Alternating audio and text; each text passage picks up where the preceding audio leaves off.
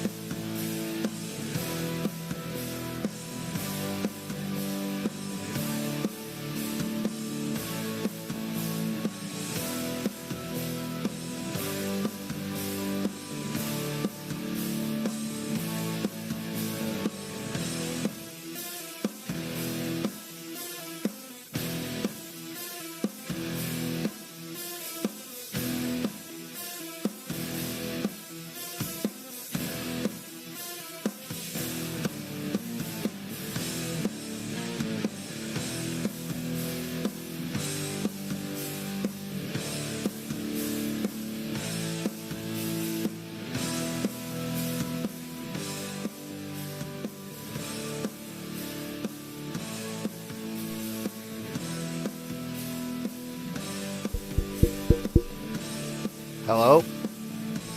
Hey.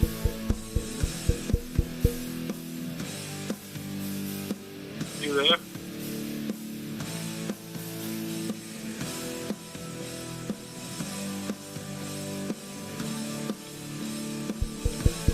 Hello? Hey. Hello? Hello? What's going on?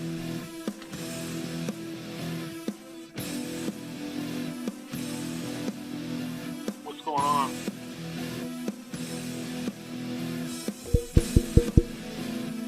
Do I have an audience here or not?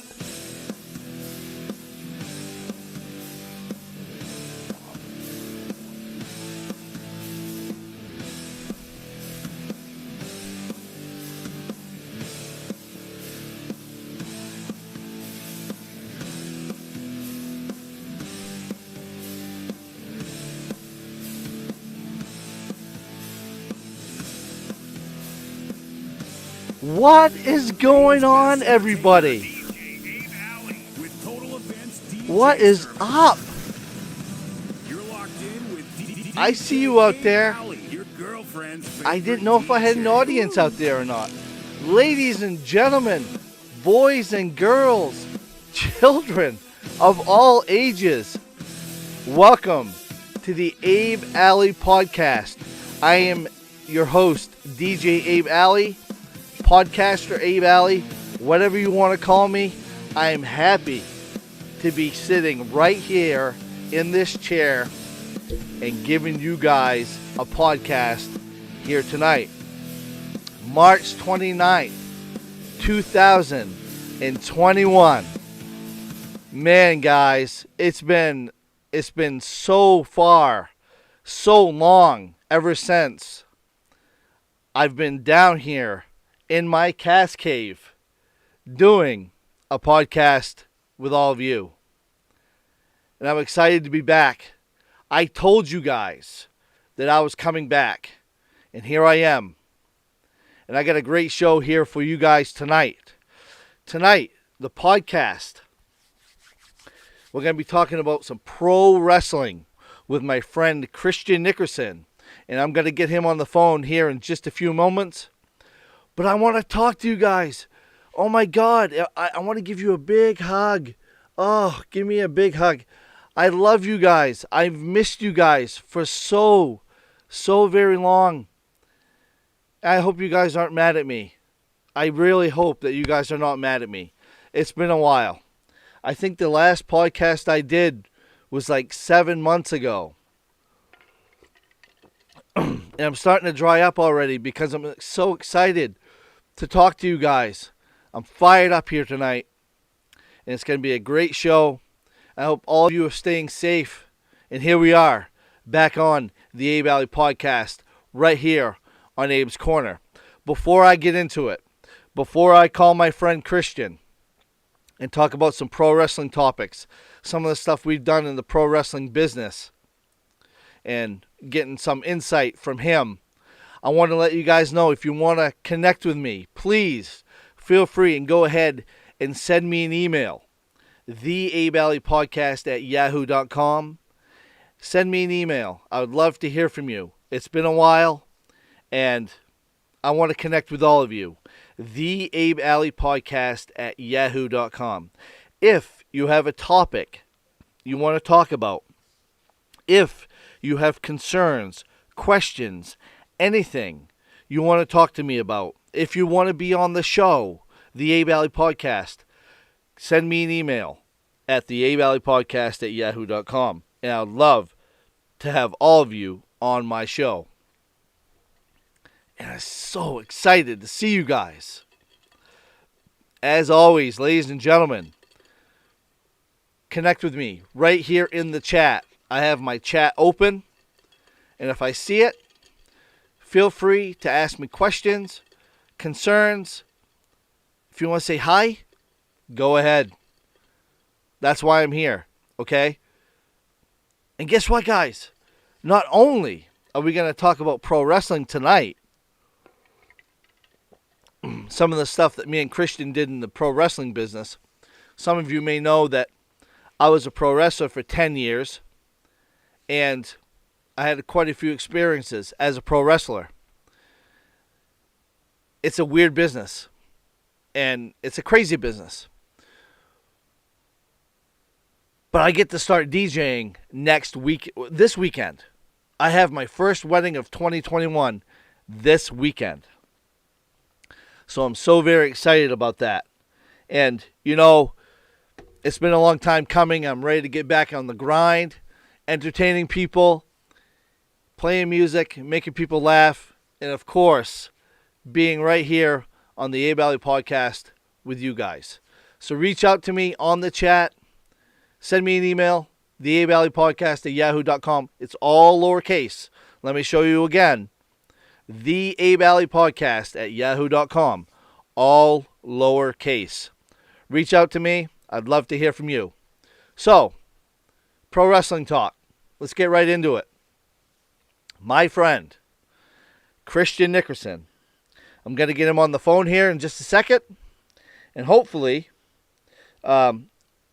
we can connect and talk about some pretty amazing things him and I did in the pro wrestling business. And, you know, we've got some stories. We're going to talk about stories. We're going to talk about the business. We're going to talk about all kinds of things. So, ladies and gentlemen, without further ado, please welcome my friend Christian Nickerson. He's right here on the phone. Hey, Christian, how you doing, man? Oh, how's it going, Abe? My life right now is so many ups and downs, unbelievable. But I'm standing on my feet, and that's pretty amazing, considering the surgeries I've had in the last few months, corrective surgeries on my feet and ankles. But I'm happy to be on my feet, and it's good to be on here with you tonight. Hey, I appreciate it, man. And it was nice seeing you the other day. You know, when you said you were coming up, you know, to Bangor, I wanted to stop and have you come over so we could talk. I haven't talked to you I haven't seen you in a couple of years at least. So it was nice seeing you.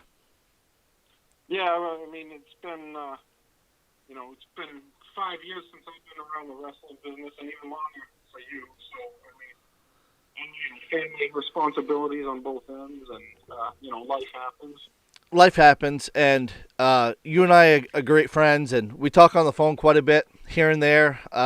It's not always about pro wrestling, but I know there's challenges going on in your life right now, and as of, with everybody, we're all facing challenges, and of course, the coronavirus doesn't help at all. So it's just nice to get you on here, and it's going to be nice to, jump back, talk about some stories about when we were in the pro wrestling business.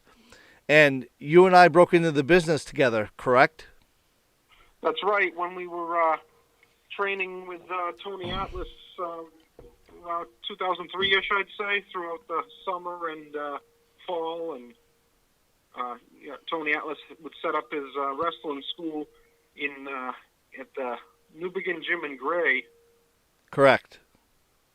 Yeah.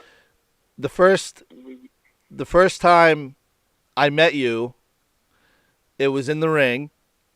I remember, and that first training seminar, Tony beat the hell out of me.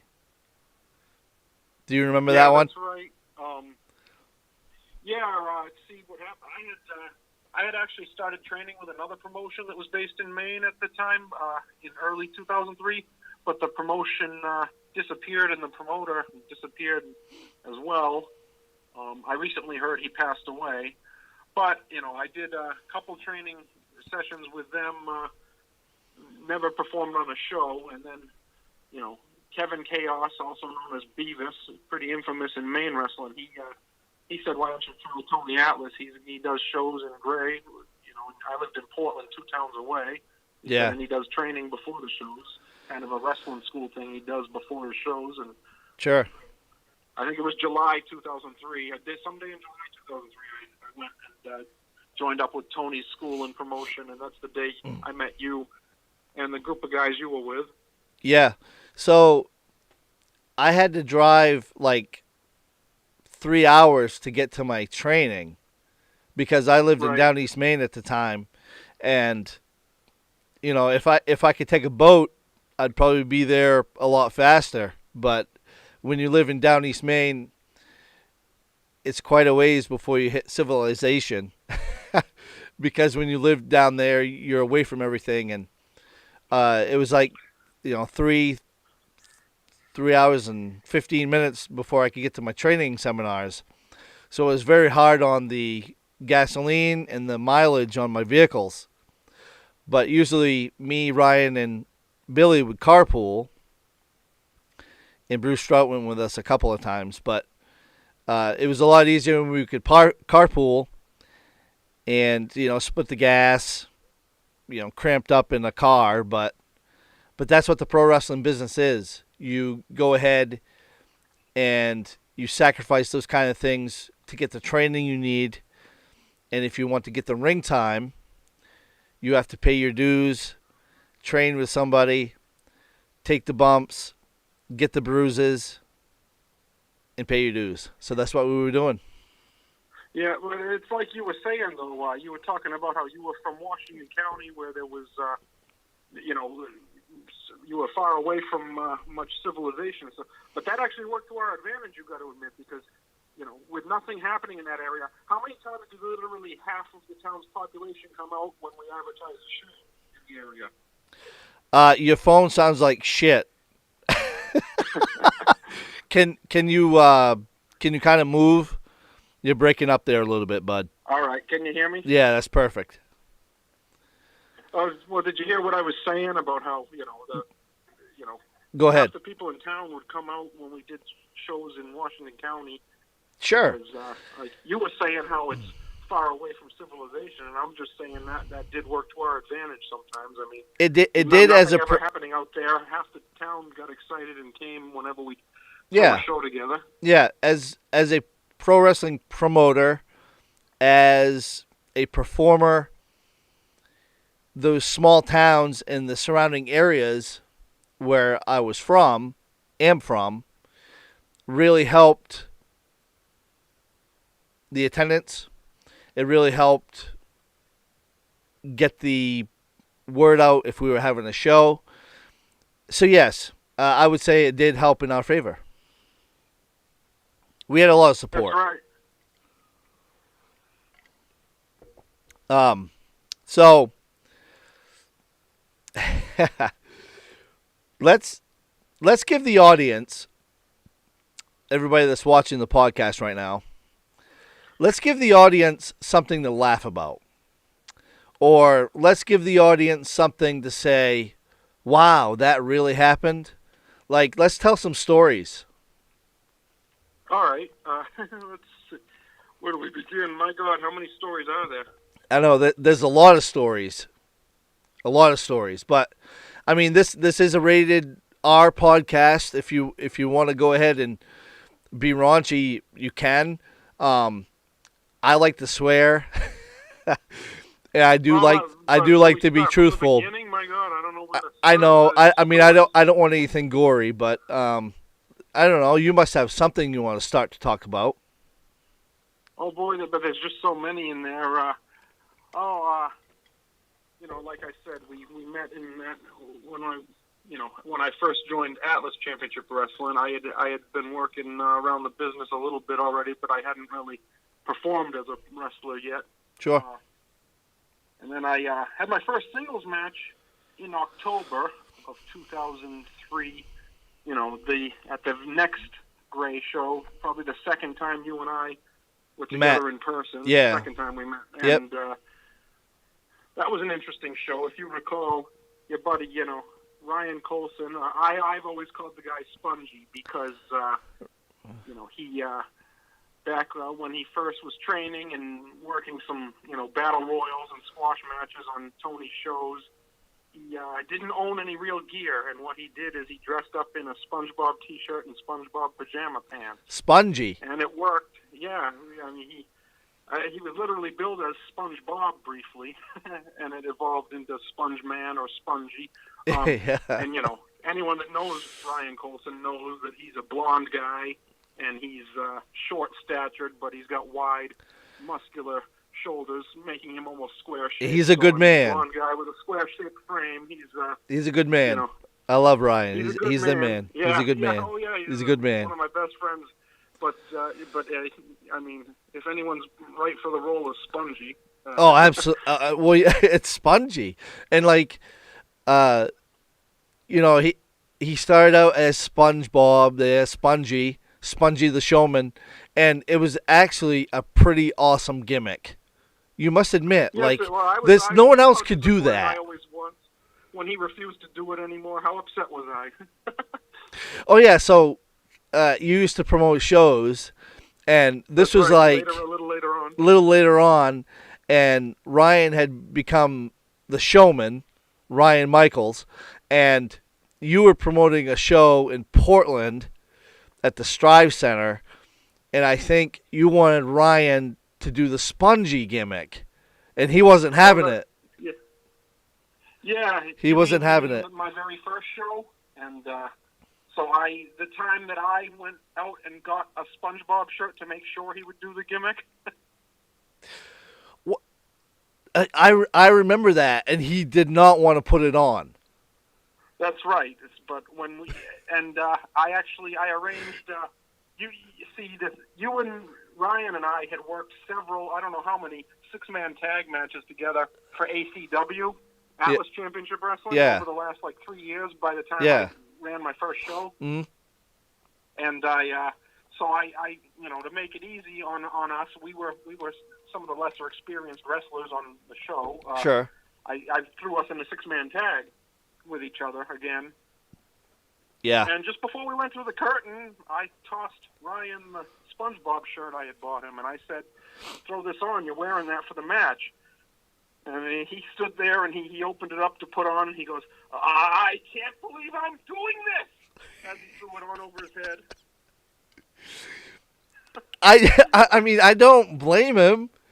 He was over that gimmick. It was the Spongy gimmick.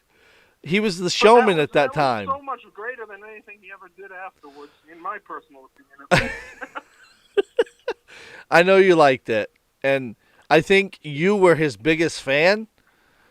Even that you were inside the business and you were a worker, I think you were still the Spongy fanboy. Oh yeah, I was the head of the Spongy fan club. Do you remember when I started up an email service with Spongy as God. the mascot? Okay, so let's get off the Spongy subject. Let's talk about some ribs, some pranks. All right.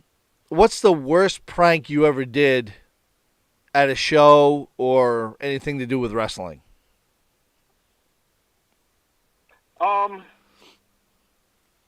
Well, there's this really, really skinny dude, Tom. Terrific Tom, we call him. And, he's not a bad kid, but the kid is a pathological liar. The stories he tells, he wrestles in Japan and breaks his neck. He was talking about sleeping with, celebrity females, and he just goes on, and he expects the guys in the locker room to believe him. And Kid TNT. That's correct. Well, here's one time, Tony Atlas was having a tour. This is about the spring of 2007, I think it was. Yeah. And Tom, he was living about 45 minutes from me, a few towns away, and we talked on the phone, and we agreed that we were gonna he'd do the tour with me in my car. I'd drive him around, and he'd reimburse me. Well, he'd give me about half the cut for gas and hotel rooms that we would need for half a week. Yeah. And that seemed fair. And he was telling me that Tony Atlas paid him well, I kind of thought he might be, exaggerating because, the kind of guy he was. But, Tony Atlas really was close to the kid. You remember, Tony Atlas Sure. and Tom were close. Yeah, they were close. Yeah, so I kind of thought maybe he will get a good, decent pay, I just figured, Yeah. I was thinking, if the kid gave me anywhere from $50 to $100, maybe $80 would be a good number for the weekend. But right.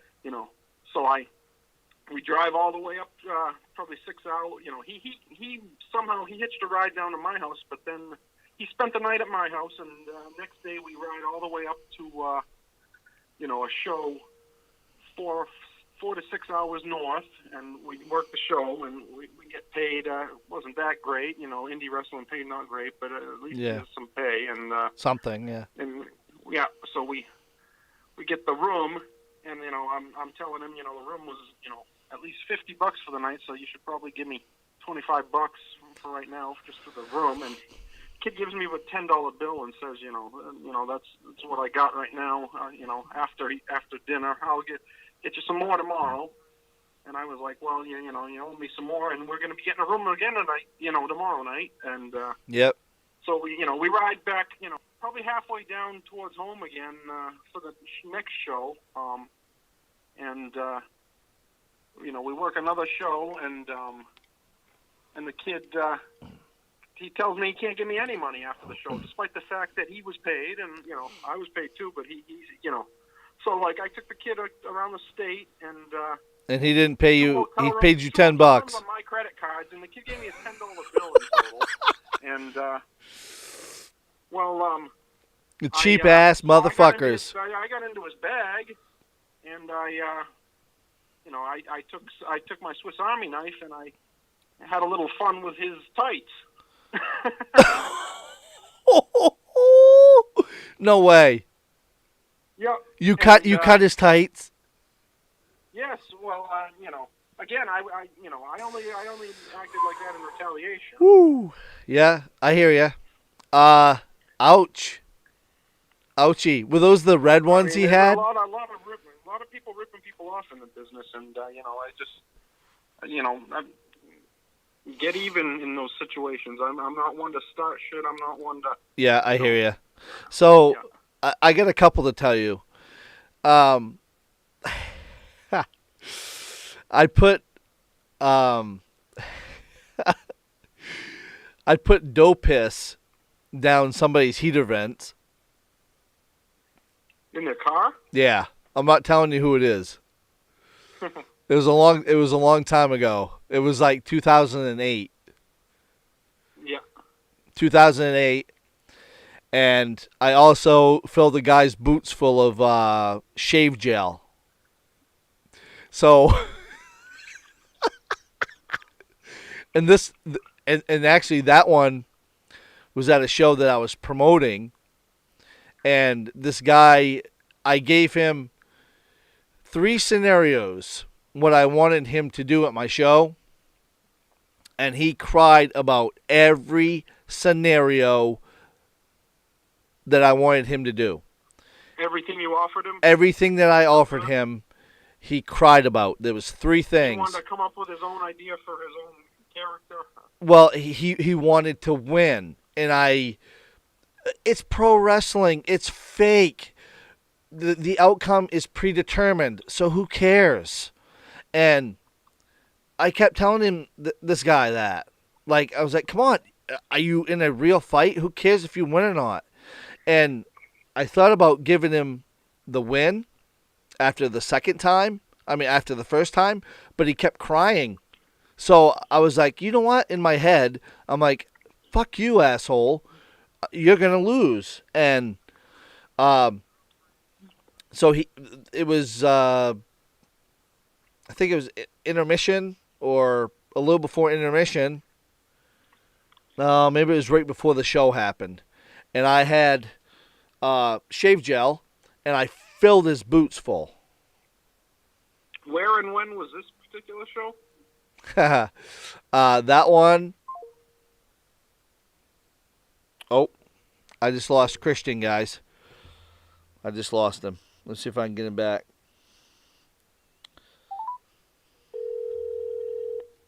Hello? I don't know how I lost you. Yeah, that's okay. No big deal. That particular show, I think, was in Calais. Calais. Oh, the global show in Calais. Yeah. I believe that was April 2009. Yeah, you got a weird fucking memory. Decent show, but almost disappointing compared to the show we had done a couple weeks before. Yeah. The Lubeck show we did a couple weeks before that was absolutely awesome. What else? Let's do a shoot. So, let me start. I'll lay the foundation, and let's tell the audience about pro wrestling. The insides of pro wrestling. Okay. So everybody out there, pro wrestling is filled, not everybody, but the pro wrestling business is filled with a bunch of greedy, self-centered scumbags. And when I say that, I'm not talking about everybody. There's a lot of nice people that I met in the business. And there are some nice ones now. I haven't been around it for about 12 years, 9 years. And I don't talk about wrestling very much. But me and Christian wanted to get on here and talk about it. So that's fine. There are some nice people in the pro wrestling business. But about 80%, there are self-centered, greedy, stupid-ass, self-centered people. People that don't have jobs. People that think that they're superstars because they wrestled in front of 7 people.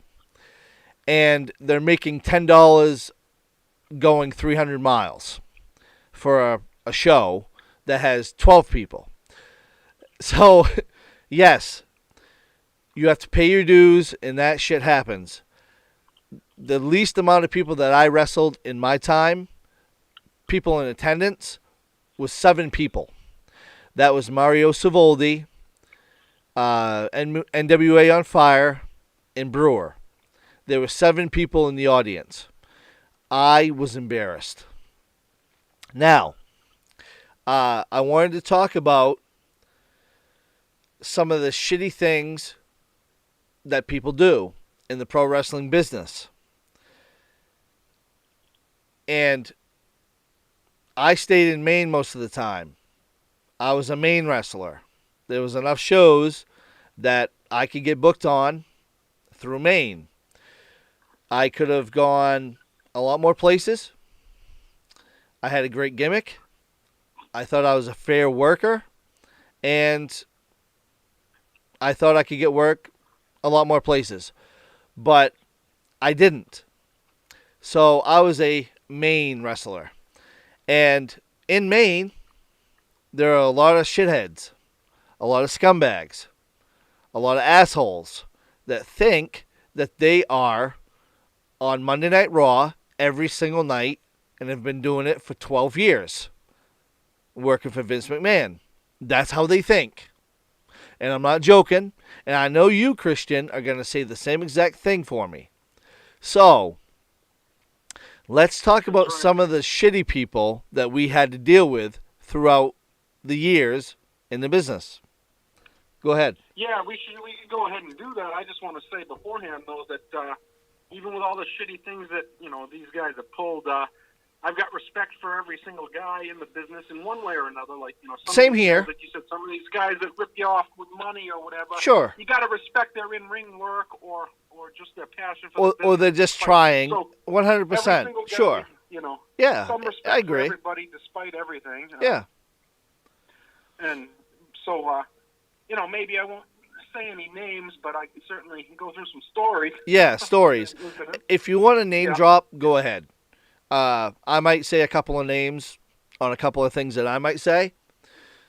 Yeah. I don't want any hard feelings with anybody, but things need to be said sometimes.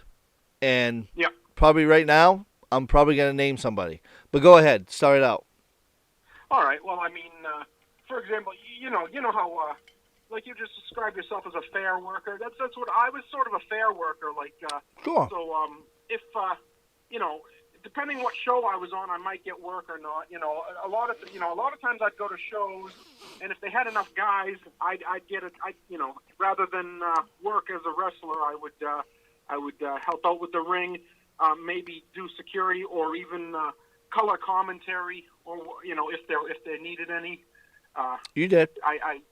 So, anyways, there was a promotion that ran in a few New England states, but on one night, it was running in Massachusetts, and,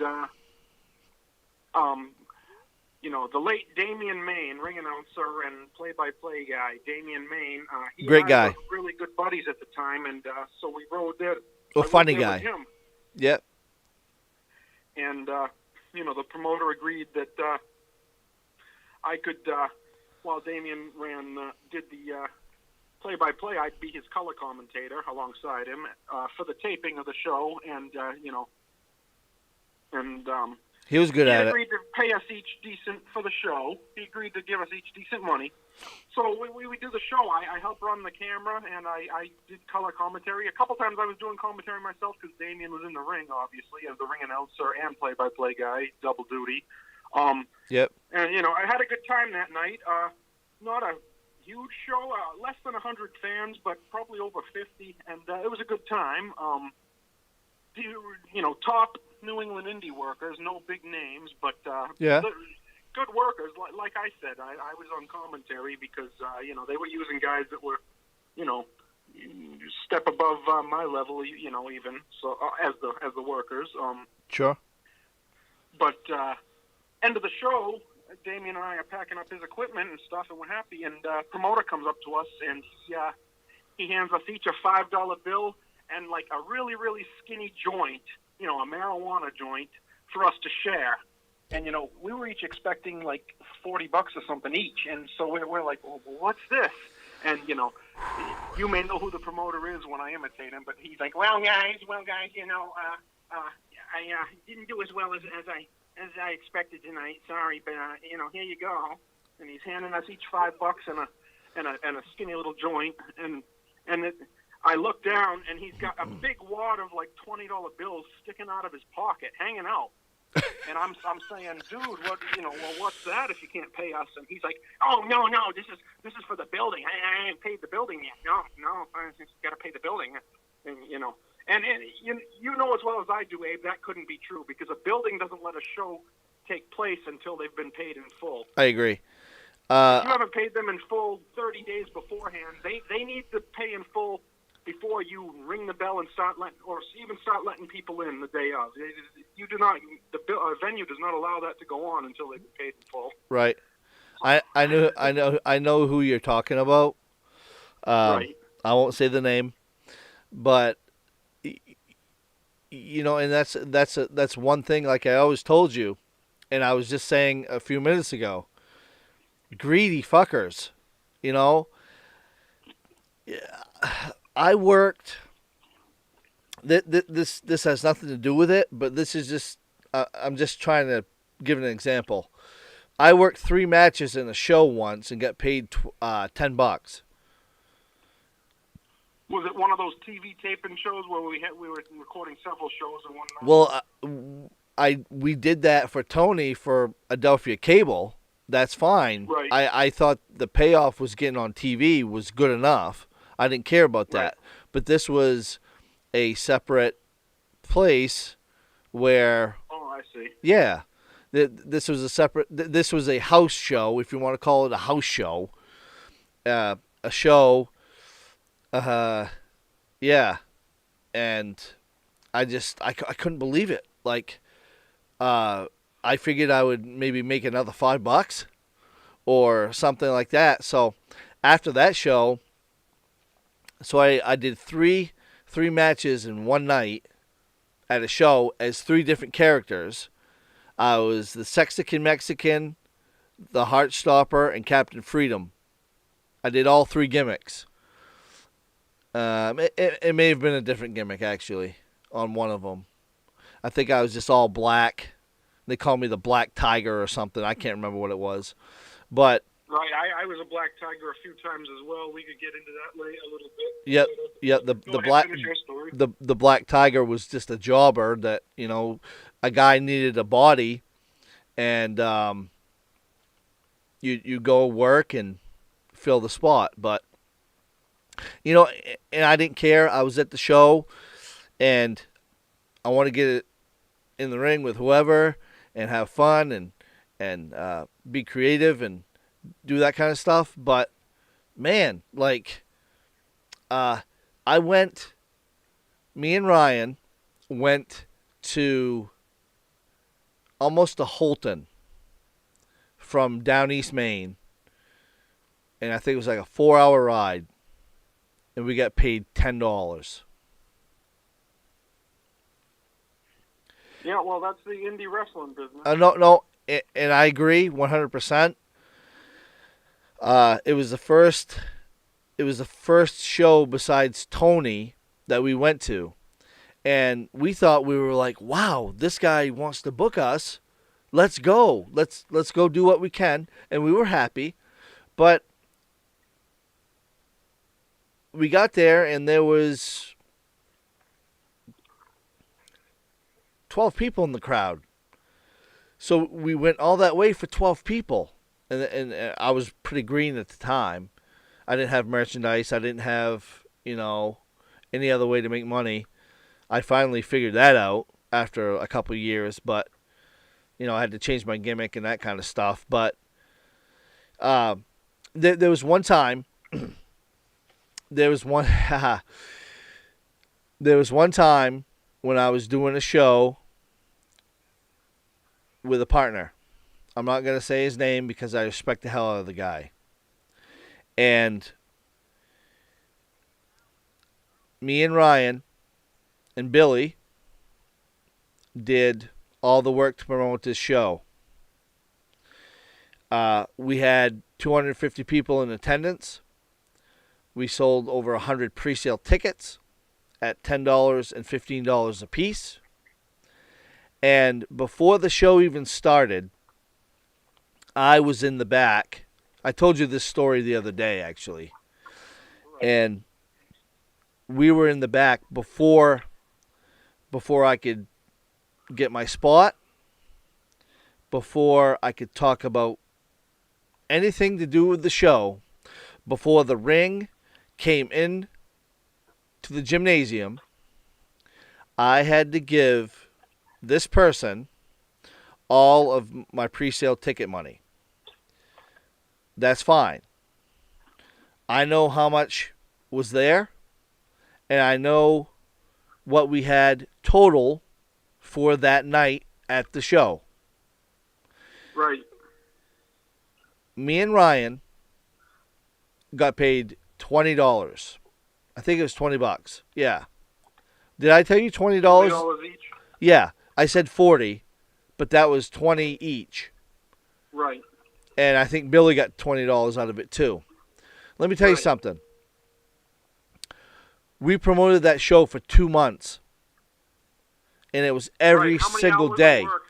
work on you guys. No the joke. you part. Putting up posters, selling tickets, talking about it, everything. And we did everything for these people. And they had the nerve to give us $20. I know, and the thing is, I mean, I just showed up and wrestled. I didn't do nearly what you guys did, and I think they handed me a $20 bill that night. That's what I'm saying. To be honest. That's what I'm saying. And then, so after that, I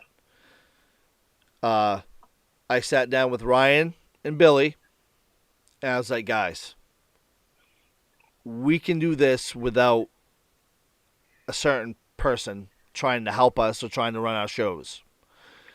It was in our area, where we grew up, where we lived, and I felt like we got taken advantage of.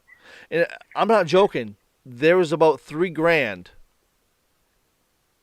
of money that was made that night for these people, our promotion.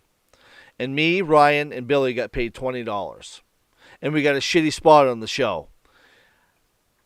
Yeah. That's right. I was not happy. Tag. I was not happy. Pissed. I actually got a decent spot on that particular show. I was in the title match, and I actually won by disqualification. Yeah, you got... It was a setup that led to the main event with Tony Atlas and Rick Fuller. Yeah. Hey, Christina, how you doing? Christina is on here, and she's writing to me on the chat. Whoever's watching, please reach out to me on the chat. Love to see you guys. Hi, Christina. Hope you're taking care and being safe out there. I miss you. Yeah, like you were saying earlier though about the win or lose, it's a show. I agree with that to an extent. Sure. Sometimes I wanted to protect the character I was playing. You know, like sometimes like when I played Coco the Mime, and it was a really popular character. Coco the Mime almost pinned his opponent over 90% of the time. So around the time I was playing Coco, when the promoters would call me and say, we want to book you, but we need you to put someone over, I would tell them I have no problem doing it, but I'm not going to do it as Coco. Yeah. So I would go. That's when I would go and perform as Black Tiger for them. I didn't mind personally putting a guy over, but I was protecting the character that I was playing. Right. I mean, I get that on some levels, but holy shit! Like, it's independence. It's right. Independence. Nobody's watching you every week on a pro wrestling program. I get it. You're gonna make it pretty believable, but not everything has to be like perfected for yourself. You know what I'm saying? Like this was my biggest pet peeve when it came to who was gonna win the matches. Right. If I was in the business 8 years and I had 100 matches under my belt, and then there was this new guy that's never had a match, needed somebody to work with, new guy, didn't have a gimmick, he's just, wearing sweatpants, and he's got a big fat pot belly, and the promoter's like, hey, Abe, can you put this kid over? What? Why am I going to put this guy over when I've busted my ass for the last 6 or 8 years, and... See, and the kid doesn't even seem to respect me or the business yet. I don't even know who this kid is. Right, but that's when you ultimately what you might have done, is you might have told the promoter, okay, the kid's going to pin me, but he's not going to pin Captain Freedom. He'll pin the Black Tiger tonight. But this kid's not going over Captain Freedom. Well, that's why I did the Mexican gimmick, because I thought it was funny, but it was like a Eugene character, which I had a lot of fun with, and if I needed to fill in, or in the same scenario you're talking about, instead of Captain Freedom, I could throw Sexican Mexican out there, and Sexican Mexican could get his ass kicked, but I had a lot of fun doing that character, so I didn't care. But yeah, it's kind of like a curveball, throwing a curveball. Yeah, you got a little carried away doing that particular character. Do you remember the time there was a shortage of guys on an All Out Mayhem show, so we had you working double duty as Captain Freedom in the main event and the Sexican Mexican in the opener. And I told you, I said, why don't you just, lose a squash match 1 or 2 minutes long for the opener? Yeah. But instead you put on a 10-plus minute back and forth match with the guy, Dangerous Donnie. Oh, and it worked out fine, but that was a good one. Was that the one where I slapped his ass?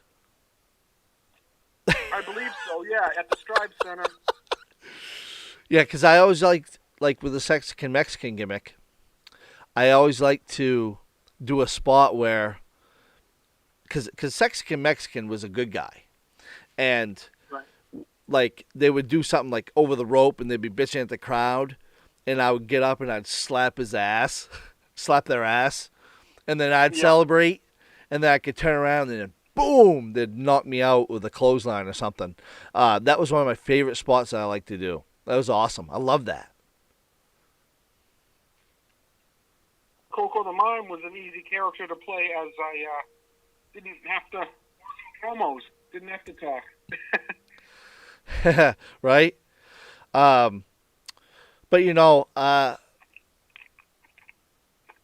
we worked with a lot of famous people in the pro wrestling business, though, Christian.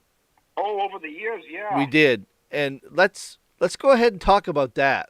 Let's talk about some of the people we worked with. We got a couple of stories, with a couple of the famous guys when we were sitting in the car with them and stuff. Let's talk about that. All right. Well, obviously, Tony Atlas is the guy that was training us. Probably the first big name either one of us worked with or was close to in the business. Obviously. Tony. Yep. No. Yep. All right. So let me tell a quick story about Tony. Let me tell you a story about Tony. All right. Okay. We were promoting a show in Machias. This is back in like 2003, I believe, and we were getting ready for the show, and there was only like 3 or 4 of the workers there. Of course, Tony was there, but right. So I walked into the locker room before the show, and I heard the shower going, and Tony was like, "Who's in here?" I said, "It's me, Abe. Don't worry, I won't look. Just whatever." And so I sat down. I was in my gear bag. I was looking for tape or something. I can't remember. And the shower turns off. He's over in the corner, whatever. And I'm just looking through my bag. I was looking for stuff. I wasn't paying attention to what Tony was doing. And Tony walks over, and he's got a towel around him. And whatever. He's got a towel around him. He just got out of the shower. I don't care. I'm not looking or anything like that. And he says... he called me Heartstopper at that time because I was doing the Heartstopper Chase San Antone gimmick. And he's like, "Heartstopper, did you see that?" And I'm looking down at my bag, and I turn my head to look at him. And he took his towel off and turned around.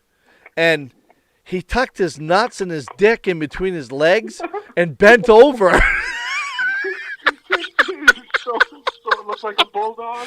So I'm looking, and there's an asshole, 2 nuts, and a dick, like 13 soft, like.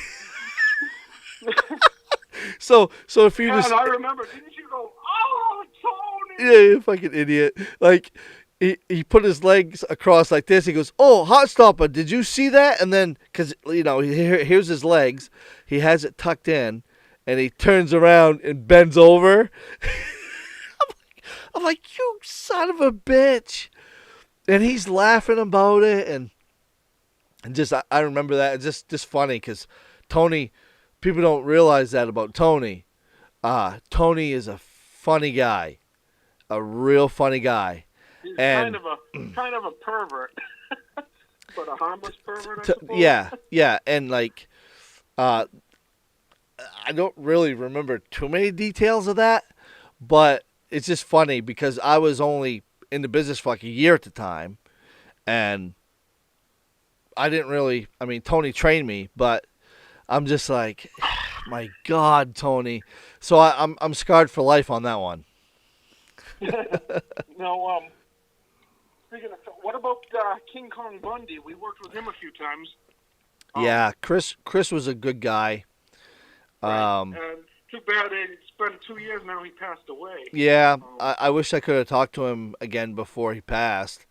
He would have he would have remembered. I tried to wish him a happy birthday a few years ago, but he didn't answer his phone. Oh yeah, I think he would have remembered who I was. You know, I've got a video when we were sitting in the locker room down at the Strive Center, and we were talking. I showed him. I had a picture of my sweetheart, and I showed him the picture on my phone. I was like, "Hey, Chris, look at this. This is my woman."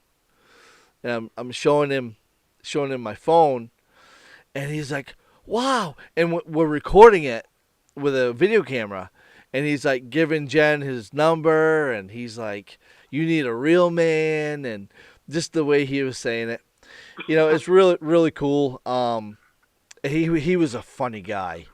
I believe that on that particular night, he worked the main event with Axe from Demolition, and Bill. Unfortunately, Axe got the better of Bundy. Yep, Bill Eadie, that's right. Yep. Axe got the better of Bundy that night. Bundy was supposed to come back a few months later and work Makua, Sammy. In, yeah. Battle of the super heavyweights, but Bundy ended up canceling at the last minute, and Tony Atlas came and replaced him. Yep. No, it was good. That was a good show. You know, we were sitting in IHOP with Bill, Eadie, and Sabisco. Remember that? Larry Zabisco, that's right. Larry Sabisco. Near the main mall. Yeah. Everybody was like looking at us, and they knew who Larry was for sure. Yeah, they knew who Larry was, and they came up to our table. They're like, "You guys are a group of wrestlers," and they were even more impressed when they figured out who Axe was. They didn't recognize him without his paint and gimmick on. Exactly. When they figured out who he was, everybody in the place was coming over for autographs and. Right? Didn't they? Didn't someone pay for our meal? That's right. Somebody, when someone figured out who. Yeah. Sitting at the table, that's right. They surprised we didn't get a bill, and yeah, we were told it was covered, and a couple guys at another table waved at us. Right. You brought in Brutus Beefcake for the Jones Sports Show. That was a good time. He was a good guy. That's right, Brutus Beefcake, and that's a funny one too. Not only Brutus Beefcake, but remember, just around that time. Like a week before that particular show, there was an event in Kokomo, Indiana called the Dream Reunion, full of wrestling legends, and they had this guy there, this guy that was a perfect, almost to the T, Ultimate Warrior lookalike that they discovered. Yep, so, Dominic. You and I picked up on that. We're like, wow. So we immediately, we said to this guy, we're flying you to Maine next weekend. You're going to do our show. Yep. So we brought him in. And we paired him up with Brutus Beefcake to even add to the effect, Warrior, Beefcake. And we didn't lie. We never said this is the Ultimate Warrior to fans. We just put a picture of the guy on the posters and let them think what they wanted. But the guy was looked right. like him in pictures. Right. In person, the only difference was his height. This guy was significantly shorter. Yeah, we had Beefcake there. We had Beefcake. Yeah, it was the Brutus Beefcake, but and One Warrior Nation they called the guy, and right. Again, we had him. It was like his second appearance ever. Yeah, a lot of people were like, I remember one person was like, "Oh, you said you were bringing WrestleMania 6 Warrior," and that's absolutely no. We never said that. No, we never said that. We brought One Warrior Nation. One particular wrestler from our locker room during the show grabbed a microphone and made a comment like that. But I later found out, I'm under the impression that wrestler didn't realize. That wrestler honestly believed it when he said it. Yeah, pretty crazy, actually. I mean, but, I was angry, but I got less angry when I realized the guy didn't realize he was lying. Sure. When he said it. Yeah. So, but I was even more surprised to discover how many people, even in the locker room, honestly thought that was the Ultimate Warrior there that night. Yeah. Including his opponent.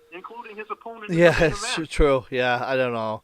That was a good show. Well, how about when we had the Honky Tonk Man? Yeah, well, see, Honky Tonk Man. When we were in Machias. Kind of regular in Maine at that point because, well, you got to remember when All Out Mayhem started up around 2006.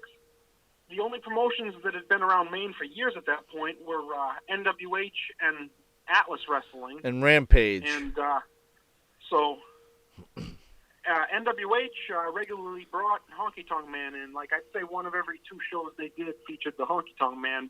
I think it was because the promoter was good buddies with him. Out of all the famous guys that I've worked with and met or anything like that, Wayne Ferris is the best. Like, really? Yeah. Well, I like him, but I was gonna say we already mentioned him, Bill Eadie.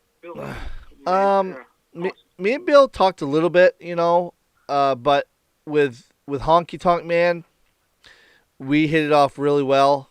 He was telling me that night when we were in the hotel room, we were drinking obviously, and we were in the room, and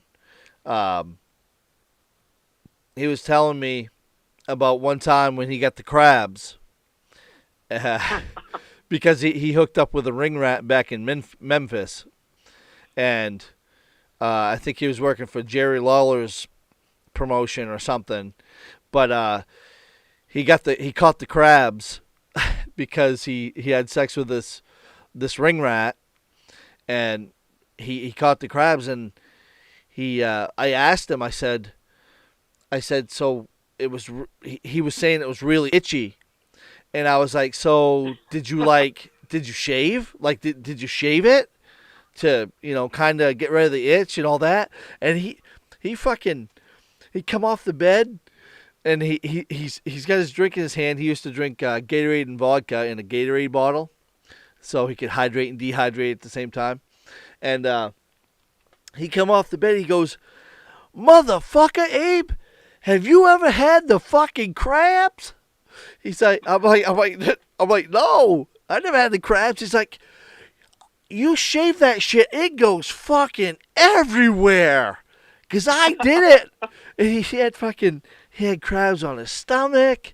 Oh my God, his legs. I'm laughing, and I could barely breathe because it was so funny. And he has that accent, and he's a great guy.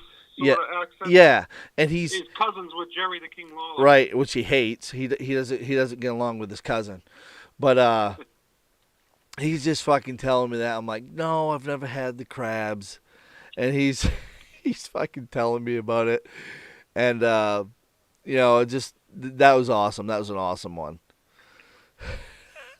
What about how about a couple other guys we worked with over the years, like the original Doink the Clown, Matt Bourne, or Ox Baker? Yep, they were great.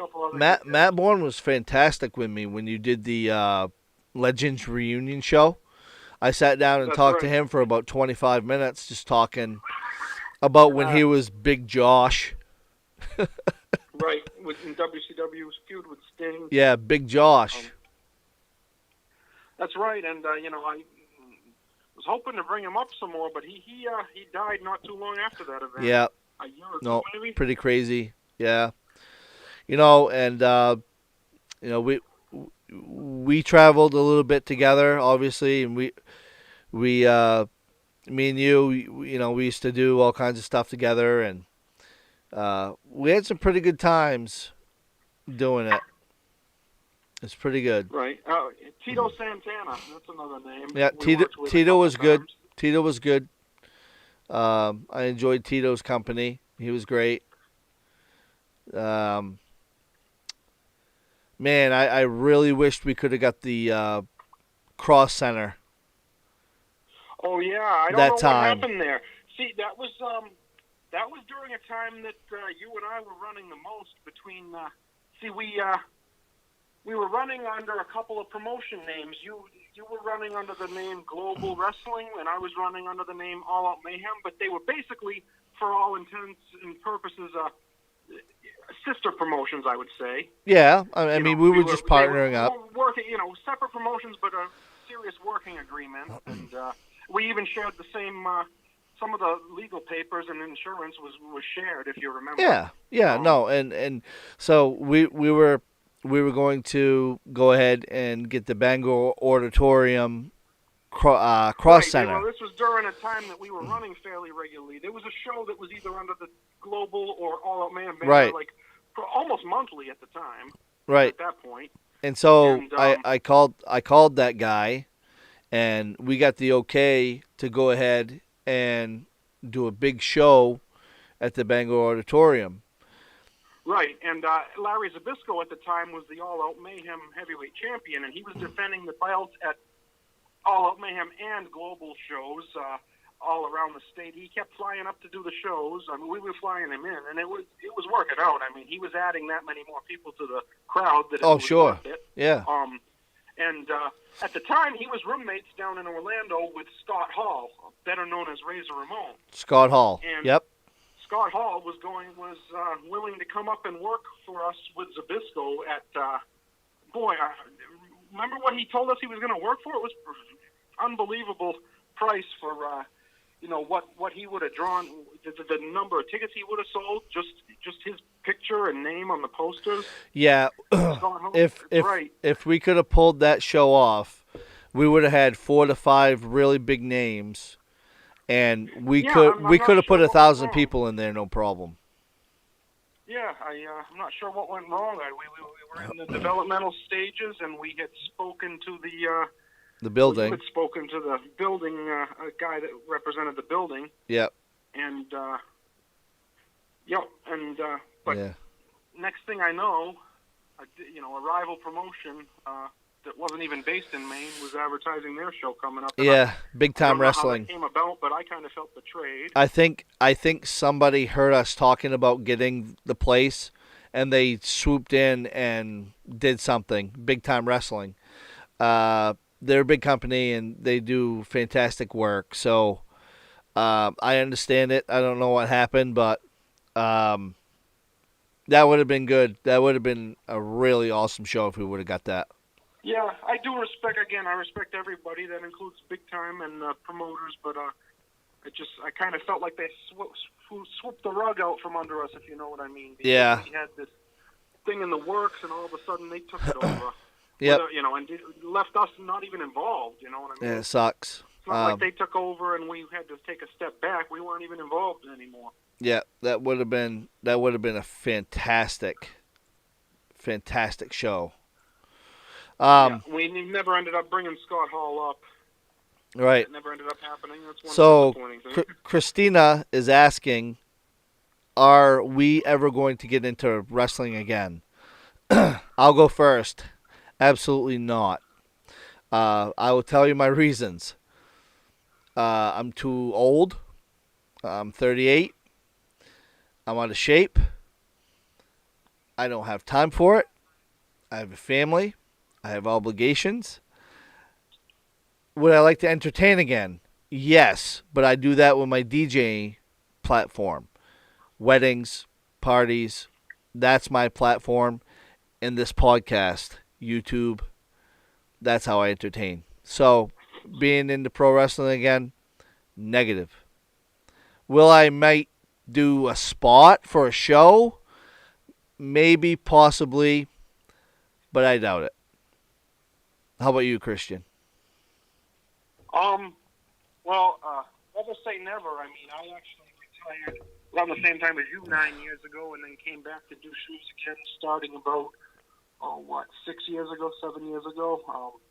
So less than 2 years after. But I got done for good 5 years ago, and I don't think it's not the same anymore. If we get back into it now, it's not the same group of guys. These guys in their 20s now, much younger than us. with all due respect, these guys are great athletes, and I have all the True. respect. But we don't know them. They don't know us. We don't know them. I mean, they may know us. They remember us when they were kids watching us. Yeah, as maybe. the wrestlers, but we don't know them. I mean, because we're not fans of the product at this point, and we're not involved. Haven't been involved in a while. The other thing is, like I said, older, and I'm not in the same shape. I'd have to get in better shape if I want to wrestle again. And Same here. Again, I've had several surgeries on my feet and ankles in the last few years. Right. I couldn't really run around like I used to. I'd be limited in the ring if I got in good shape. I'd be limited what I could do in the ring. So, I don't know. Never say never, but I don't know. If Luke Robert and I suddenly started spending a bunch of time together again, and just worked on a match, Right. might end up. You never know, I or guess. something. You never know. Well, it was awesome having you on here tonight, Christian. I appreciate it, man. And, of course, we can do this again. And, once I get my podcast rolling again and people start knowing that I'm doing it again, we can have a bigger audience. And this is going to upload right to YouTube anyways. And for all you out there that are watching, I hope you guys are entertained. I hope you guys got some knowledge out of this, maybe a laugh. Christian's a great friend of mine, and I appreciate the time that you took tonight to come on here and spitball a little bit with me and tell some stories and stuff like that. It's just fun to go back and think about what we did and laugh about it, and I really appreciate it. Yep. It was fun to talk about old times. We can talk about some more soon. Oh, absolutely. And hey, we didn't get to talk about that hotel experience that one time. we'll talk about we'll talk about that one. We'll talk about that one next time. All right. Okay. Well, I appreciate it, All Christian, and I'll be in touch with you, and maybe I'll send you a text a little bit later, or maybe tomorrow. All right. All right, everybody. Oh, yeah. Christian Nickerson, my man. He's signing off. I appreciate it, Christian. Have a great night. You too. Good night, everybody. Good night, bud. We'll see you. Well, there it is, ladies and gentlemen. March 29th, 2021.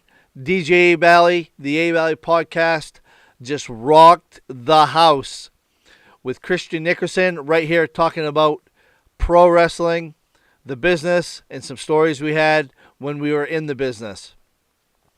I'm all ears. We're going to do this podcast thing. We're going to knock it out of the park, and I want you guys to let me know what you want to hear on the next one, or an idea of what I can do for topics for another show. I appreciate all of you. I'm so glad to see you again. I hope everybody's staying safe. And I love you guys so very much. I'll see you guys soon, okay? I promise. We're going to rock the house, and we're going to do this some more. And you guys are the absolute best. I am DJ Abe Alley, your host, right here on the Abe Alley podcast, Abe's Corner. I am signing off right now. I'll see you guys again very soon. Take care. I love you guys. Peace.